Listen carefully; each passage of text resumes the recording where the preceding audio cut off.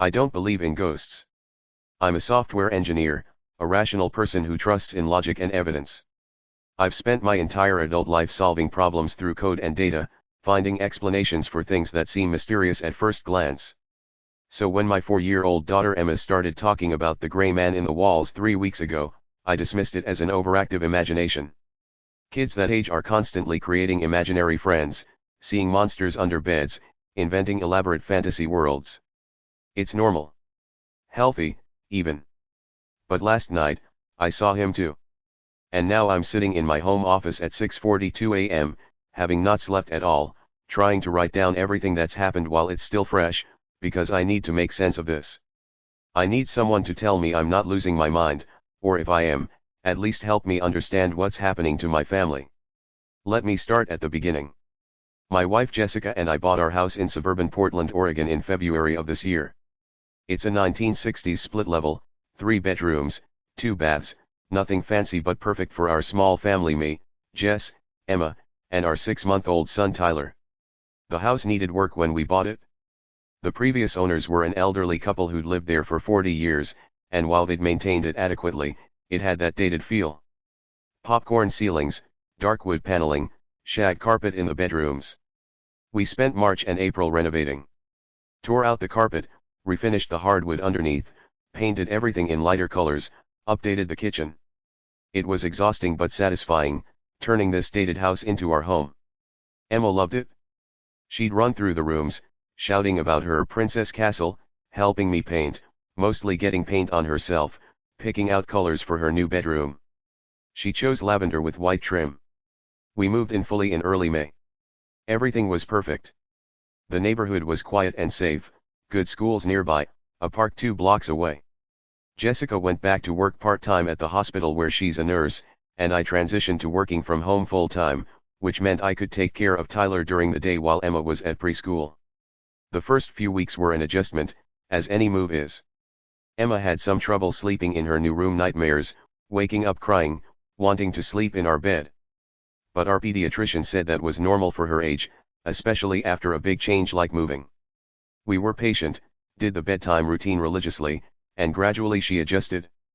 Then, 3 weeks ago, on a Tuesday morning, Emma came down to breakfast and casually mentioned the gray man. The gray man came to visit me last night, she said, spooning Cheerios into her mouth. Jessica and I exchanged glances. The gray man? Jess asked. Who's that, sweetie?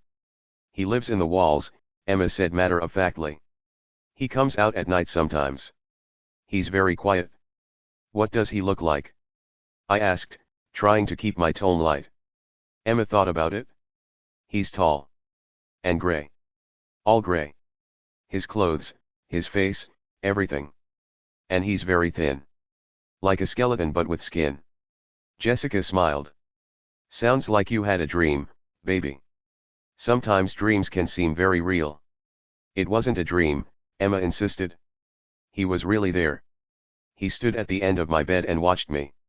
Well, if he comes back, you tell him that this is Emma's room and he's not welcome, I said, ruffling her hair. Okay. She nodded seriously. Okay, Daddy. We didn't think much of it. Kids have vivid imaginations. Maybe she'd seen something on TV, or another kid at preschool had told a story that stuck with her. We made a mental note to monitor what she was watching, but otherwise moved on. But she mentioned him again the next night. And the night after that. The gray man was back, she'd report at breakfast, as casually as if she were telling us about a dream with puppies. He stood in the corner this time. He was looking at my drawings on the wall. Did he say anything? Jessica asked. No. He never talks. He just watches. By the end of the first week, it was becoming concerning. Not because we believed there was actually a gray man, of course there wasn't, but because Emma was clearly fixating on this imaginary figure, and it seemed to be increasing her anxiety. She started resisting bedtime again, asking us to check her closet and under her bed, wanting us to leave the hallway light on. We tried different approaches. We made a monster spray, water in a spray bottle with lavender essential oil, that Emma could use to protect her room. We read books about being brave and overcoming fears. We even tried having her draw pictures of the gray man, thinking that externalizing her fear might help her process it. That's when things got weirder. Emma's drawing was disturbingly detailed for a 4-year-old. She drew a tall, thin figure in gray crayon, with elongated limbs and a blank, oval face. No features, no eyes, nose, or mouth. Just a smooth, gray face. The figure was standing next to a bed, and Emma had drawn herself in the bed, sleeping. "This is what he looks like," she said proudly, showing us the picture. The drawing gave me an uncomfortable feeling that I couldn't quite name. There was something unsettling about it, beyond just a child's crude representation of a scary figure. It looked purposeful. Intentional. "Why doesn't he have a face?" Jessica asked gently. Emma shrugged. "That's just how he looks. All gray and smooth." We took the drawing to Emma's therapist. She'd been seeing someone for a few months to help with the adjustment after Tyler was born. Dr. Reeves looked at the picture and asked Emma some questions about the gray man. Emma answered readily, describing him in consistent detail. He was tall, at least 7 feet. He was thin, with long arms and legs. He wore gray clothes that looked old-fashioned. He never made noise. He just appeared and watched her. Dr. Reeves told us privately that this seemed like a normal manifestation of anxiety. Emma was processing big changes: new house, mom going back to work, adjusting to having a baby brother. The gray man was a personification of her feelings of uncertainty and fear. The fact that he didn't have a face or speak was significant. It represented the unknown, the things Emma couldn't articulate or understand. "It should fade as she adjusts," Dr. Reeves assured us. "Just continue being supportive, don't feed into the fear, and give it time." So that's what we did. We acknowledged Emma's feelings without validating the gray man's existence.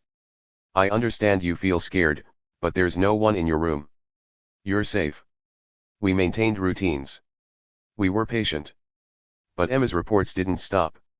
If anything, they became more frequent. She started mentioning him during the day too. "The gray man is in the bathroom," she'd say while playing with her dolls. "The gray man is watching from the hallway. The gray man likes it when we're quiet."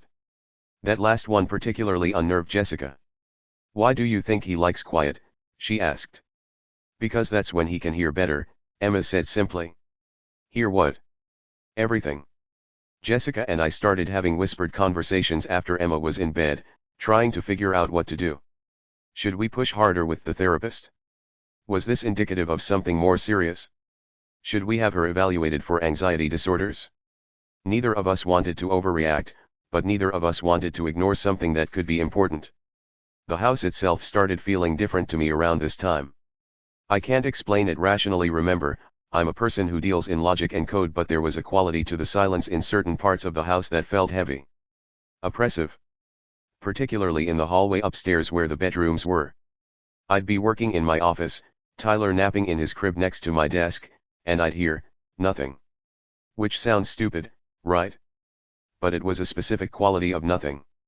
Not the normal ambient sounds of a house: the refrigerator humming, the heater clicking, cars passing outside. Just silence. Thick and waiting. I'd find myself standing in the hallway, listening, trying to identify what was bothering me. But there was never anything there. Just that heavy silence. I didn't mention this to Jessica. It seemed crazy, and I was sure I was just psyching myself out because of Emma's stories. Parental anxiety is a real thing. When your kid is scared, you become hypervigilant, looking for threats even when logically you know there aren't any. Then, 2 weeks ago, I was working late in my office, around 11 p.m. Jessica and the kids were asleep. I was finishing up some code for a deadline, completely focused on my screen, when I heard something. A soft scraping sound. Like fabric dragging against a wall. I froze, listening. The sound came again, from somewhere upstairs. From the direction of Emma's room. I got up quietly and walked to the stairs. The hallway upstairs was dark except for the nightlight we kept plugged in near the bathroom. I stood at the bottom of the stairs, listening. Nothing. I climbed the stairs slowly, avoiding the creaky step there from the top. The sound didn't repeat. I checked Emma's room first. She was sound asleep, her nightlight casting a soft glow over her face. Tyler's room next. He was sleeping on his back, arms spread out like a starfish. Our bedroom. Jessica was asleep on her side, breathing deeply. Everything was fine. I went back downstairs, telling myself it was just house sounds. Old houses make noises. Pipes expanding, wood settling, who knows what else. Nothing to worry about. But I couldn't shake the feeling that something had been upstairs. Something that left when it heard me coming. A few days later, Emma mentioned something new about the gray man. "He's getting closer," she said at breakfast. I looked up from my coffee. "What do you mean, sweetheart?" "Before, he stayed by the door or in the corner. But last night, he came right up to my bed. He was standing next to me, looking down at me." Jessica's face went pale. "Did he touch you?" "No. He just looked. But I could feel him there. He's cold. The air gets cold when he's close."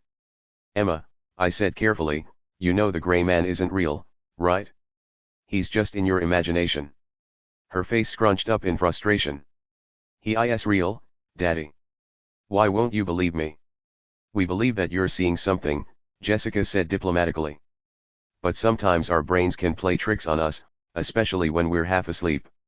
Emma crossed her arms. "I'm not stupid. I know what's real."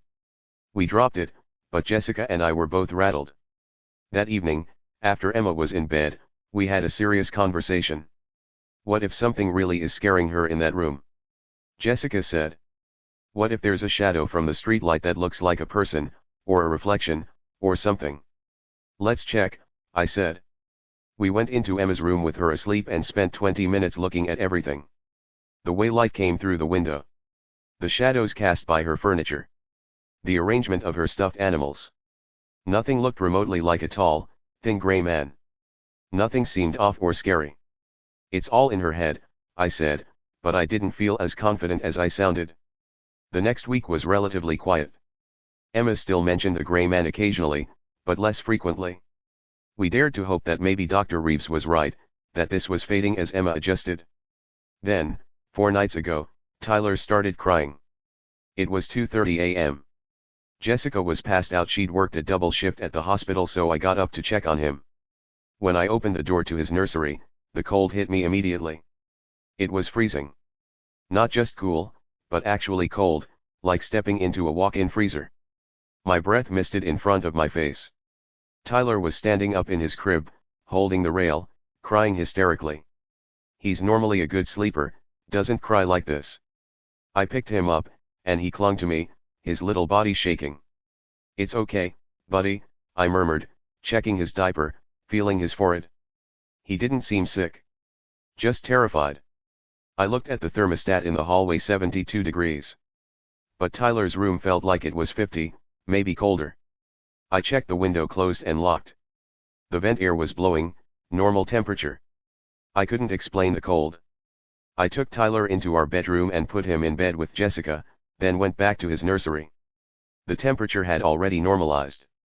It felt like 72 degrees now. Like the cold had just left. I stood in the middle of the room, my heart pounding, looking around. Everything was normal. The mobile above the crib turning slowly. The nightlight glowing softly. The rocking chair in the corner where I'd spent countless hours feeding Tyler at 3 a.m. The rocking chair. It was moving. Just slightly. Rocking back and forth, like someone had just stood up from it. I walked over and put my hand on it, stopping the motion. The seat was cold to the touch. I got out of that room fast. The next morning, I didn't mention the cold or the rocking chair to Jessica. I told myself I was half asleep, that the chair probably had been moving from air circulation, that the cold was just some weird HVAC thing. Houses have odd quirks. But I couldn't stop thinking about Emma's drawings. About the tall, thin gray figure with no face. That day, while Emma was at preschool and Jessica was at work, I did something I'd been avoiding. I researched the history of our house. I started with public records. The house was built in 1963 by a family named Morrison. They lived there for 8 years, then sold it in 1971 to the Hendersons, the elderly couple we'd bought it from. The Hendersons had lived here for 47 years, until Mrs. Henderson died last year and Mr. Henderson moved into assisted living. Nothing strange there. No deaths in the house, no reported crimes, no red flags. But then I found a newspaper article from 1969. A small piece in the local paper about a missing person. A man named Thomas Grayson, age 34, had disappeared from the neighborhood. Last seen walking home from work on a Tuesday evening in March. Never found. The case went cold. Thomas Grayson. Gray son. Gray man. I felt sick. I dug deeper, finding more articles about the case. Thomas Grayson had lived 3 houses down from where our house is now. He worked as an accountant, was married with 2 kids. Described as quiet, reserved, kept to himself. On March 18, 1969, he left his office downtown at 5 p.m. and started walking home. His car was in the shop. Witnesses saw him on the bus, saw him get off at the stop near our neighborhood. He should have been home by 6:30 p.m. He never arrived. His wife reported him missing at 8 p.m. Police searched the neighborhood, the route he would have walked, everywhere. No trace of him was ever found. No body. No evidence of foul play. He simply vanished. The case remained unsolved. It was mentioned occasionally in articles about local mysteries, but there were never any leads. Thomas Grayson just became one of those people who disappear without explanation. I found a picture of him from one of the articles. A formal portrait, probably from work. He was thin, with a long face, wearing a gray suit. Even in the photo, there was something about him that seemed indistinct. Forgettable. Like he could blend into the background. I spent the rest of the day in a daze, trying to convince myself this was a coincidence. Grayson. Gray man. So what? Emma had never heard that story. She couldn't have. There's no way she would know about a man who disappeared 55 years ago. But the description matched. Tall. Thin. Gray suit. And he'd disappeared from this very neighborhood. That night at dinner, I casually asked Emma, "Hey, sweetie, where did you hear about the gray man?" She looked at me, confused. "I didn't hear about him. He's just there." "Did anyone tell you a story about him?" "At preschool, maybe." "No, Daddy. He's real. He lives in the walls." "Emma," Jessica said gently, "why do you think he lives in the walls?" "Because that's where he goes," Emma said. "He comes out of the wall in my room, and then he goes back into it when he's done watching." I exchanged a look with Jessica. "He comes out of the wall? Like, through the wall?" Emma nodded. "From the corner, near my closet. The wall gets dark and fuzzy, and then he steps out." After Emma was in bed that night, I told Jessica everything. The research I'd done, the missing person from 1969, the cold in Tyler's room, the rocking chair. I expected her to tell me I was being ridiculous, that I was letting Emma's imagination infect my own. Instead, she went quiet for a long moment. Then she said, "I've been seeing things too." My stomach dropped. "What do you mean?" "Just, out of the corner of my eye. A shadow in the hallway. A tall, thin shape. I always assume it's you, but when I turn to look, there's nothing there. It's happened maybe 5 or 6 times in the past 2 weeks." We sat there in the living room, holding hands, both scared to admit what we were thinking. "What do we do?" Jessica asked. "I don't know. Who do you even call for something like this? Ghostbusters?" She didn't laugh. "Maybe we should move. Just sell the house and go. We've only been here 4 months. We just renovated. We can't afford to move. Can we afford to stay if something is actually wrong?" We didn't have an answer. That was 3 nights ago. Yesterday, I called the real estate agent who'd sold us the house. I asked her, as casually as I could, if she knew anything about the history of the property. Any stories, any previous owner's experiences, anything unusual. She hesitated, then said, "Is everything okay?" "Yeah, fine. Just curious." Another pause. "Look, I have to be honest with you. We had trouble selling this house. It was on the market for almost 2 years. Several families put in offers, then backed out during the inspection period. Why? They said it didn't feel right. One family had a kid who refused to go in the upstairs bedrooms, just started crying. Another couple said they felt uncomfortable in the house, like they were being watched. The Hendersons, well, Mrs. Henderson died in her sleep, and Mr. Henderson moved out the next week. He told me he couldn't stay there alone. Wouldn't say why. Did anyone ever mention seeing anything?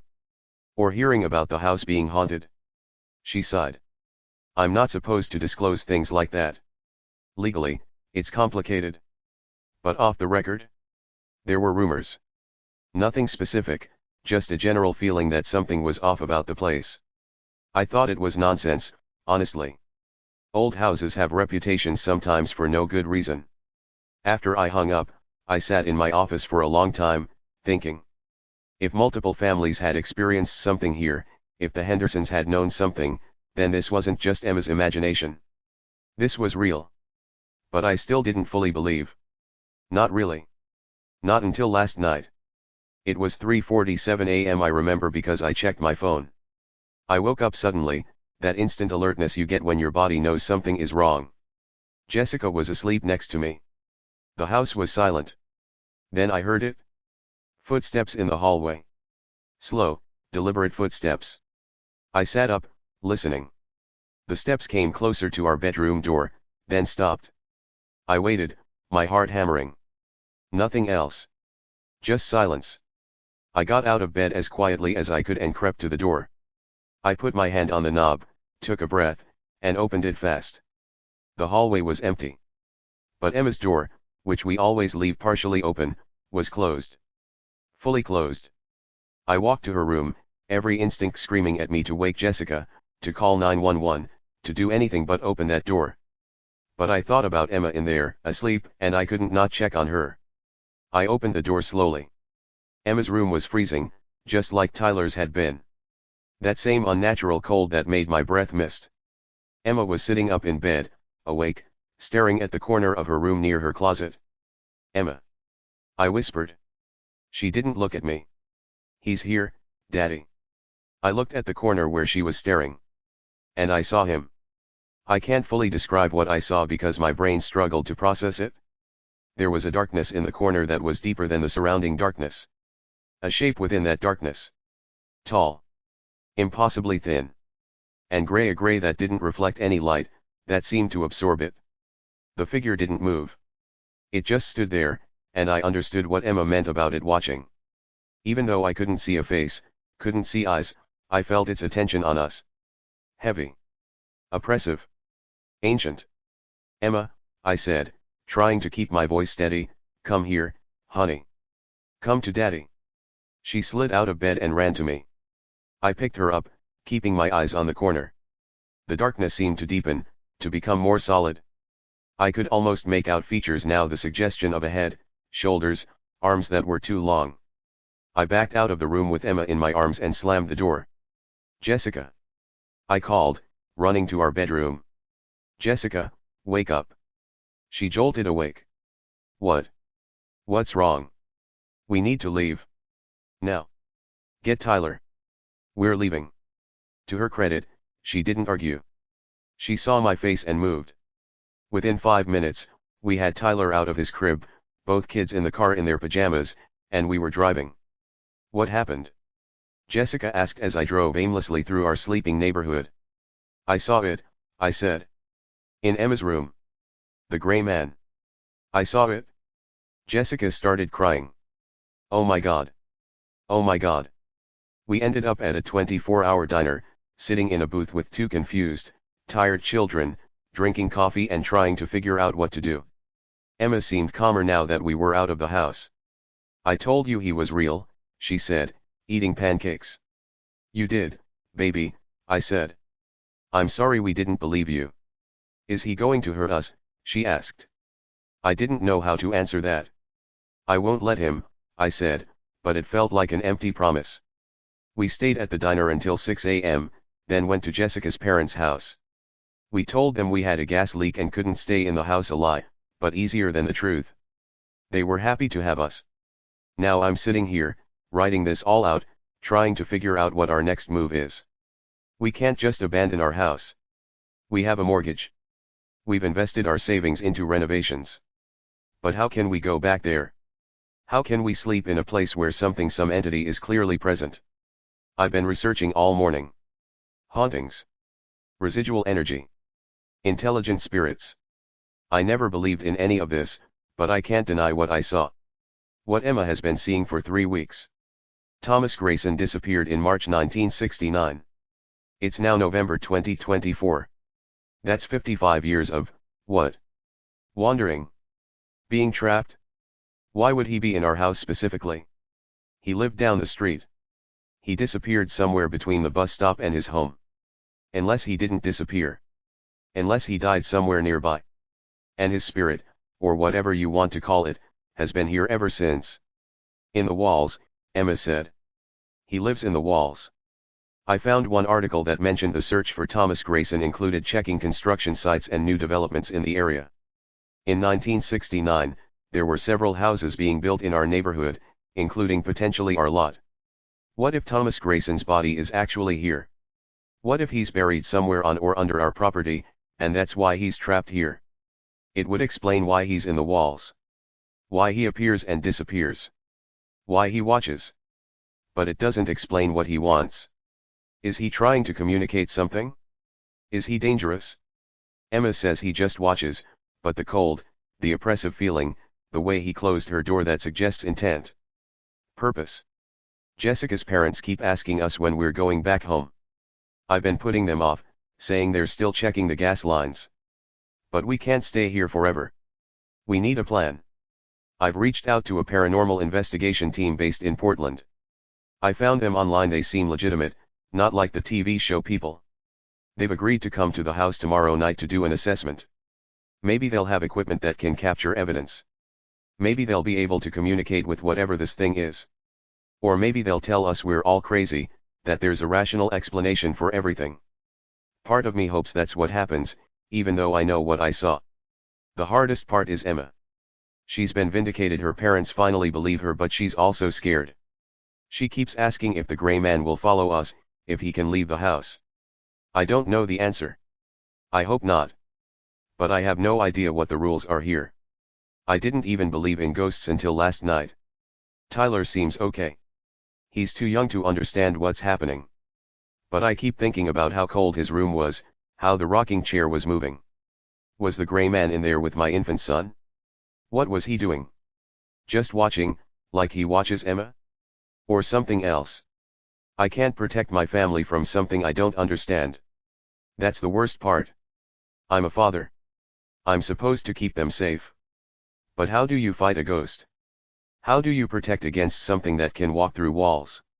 Jessica thinks we should call a priest. She's not religious, but she grew up Catholic, and the idea of an exorcism feels like it might work. I'm skeptical. This doesn't feel demonic. It doesn't feel evil, exactly. Just wrong. Sad. Lost. But maybe that's more dangerous. Maybe something sad and lost is more likely to latch onto us, to try to make us stay with it in its isolation. I keep coming back to those other families who backed out of buying the house. They felt something was wrong and they trusted that feeling. We should have asked more questions. We should have wondered why the house was so cheap, why it had been on the market so long. But we were young and eager and desperate for a house we could afford. We saw a fixer-upper with potential. We didn't see the warning signs. The real estate agent said Mrs. Henderson died in her sleep. Now I'm wondering, was it natural? Or did the gray man have something to do with it? Did she die of fright? Did something happen that final night that made Mr. Henderson flee? I called Mr. Henderson's assisted living facility. They said he's in the dementia ward and doesn't have many lucid days. But I'm going to try to visit him anyway. Maybe on a good day, he can tell me something. Anything. I need to understand what we're dealing with. I need to know if there's a way to make it stop, to make the gray man leave, or to free him, if that's what needs to happen. Because despite everything, I feel sorry for Thomas Grayson. If it is him. If he's been trapped here for 55 years, unable to move on, unable to communicate, just watching the living people who move through what was once his neighborhood. That's a special kind of hell. But my sympathy only goes so far. My children come first. Emma shouldn't have to live in fear. Tyler shouldn't be exposed to whatever this thing is. Jessica and I shouldn't have to be terrified in our own home. So tomorrow night, the paranormal investigators come. We'll see what they find. And then we'll decide what to do next. Maybe they can help us. Maybe they'll capture evidence that proves this is real, that we're not crazy. Maybe they'll know how to make it stop. Or maybe they'll find nothing, and I'll be left with the memory of what I saw in Emma's room, that tall, thin gray figure standing in the corner, watching my daughter sleep. And I'll have to decide whether to trust my eyes or trust rationality. But I know what I saw. I know it was real. The gray man exists. He lives in our walls. And we have to find a way to deal with that. I'll update after tomorrow night. After we know more. For now, we're safe at Jessica's parents' house. The kids are playing in the yard. Jessica is napping. Everything looks normal from the outside. But I keep looking over my shoulder. Keep checking corners and shadows. Keep listening for footsteps that shouldn't be there. Because once you've seen something like that, once you know it's real, you can't unsee it. You can't unknow it. The gray man is real.